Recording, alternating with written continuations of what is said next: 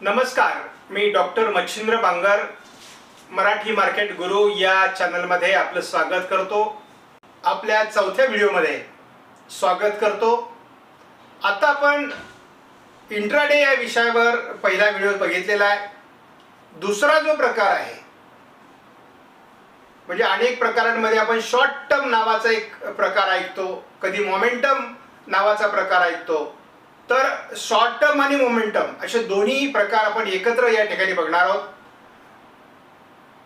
Short term मध्ये साधारणपणे एखाद्या पिरियडसाठी म्हणजे आपण 15 दिवसाच्या पिरियडसाठी, 1 महिन्याच्या पिरियडसाठी, 3 महिन्याच्या पिरियडसाठी म्हणजे एखाद्या कंपनीचा स्टॉक, त्याविषयीची असलेली चांगली बातमी, त्याविषयीचा असलेला नवीन धोरण, यामुळे हा स्टॉक वरती जाऊ शकतो, हा जो ट्रेडरला अंदाज येतो, त्यासाठी आपण त्या मर्यादेपुरते एखादा स्टॉक घेत असतो, लॉंग टर्म घेत नाही।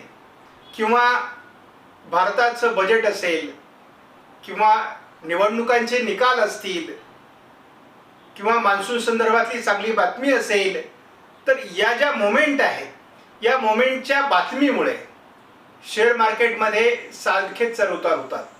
कधी कधी एखाद्या देशामध्ये युद्ध सुरू होतं, ही घटना सुद्धा मार्केटवर परिणाम करते, कारण मार्केट हे अतिशय सेन्सिटिव्ह मानलं जातं आणि एखादी निगेटिव्ह बातमी मार्केट क्रॅश करतं आणि शक्यतो मार्केटमध्ये जे सेलर असतात त्या क्रॅश मोमेंटचा सुद्धा फायदा उठवत असतात।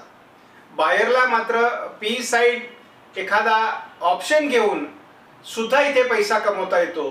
त्यामुळे शॉर्ट टर्म मध्ये, कमी कालावधीमध्ये एखाद्या कंपनीची असलेली बातमी आणि त्यामध्ये शेअरच्या किंवा स्टॉकच्या संदर्भात घडणारी घडामोड ही त्या शॉर्ट टर्मला कारणीभूत असते।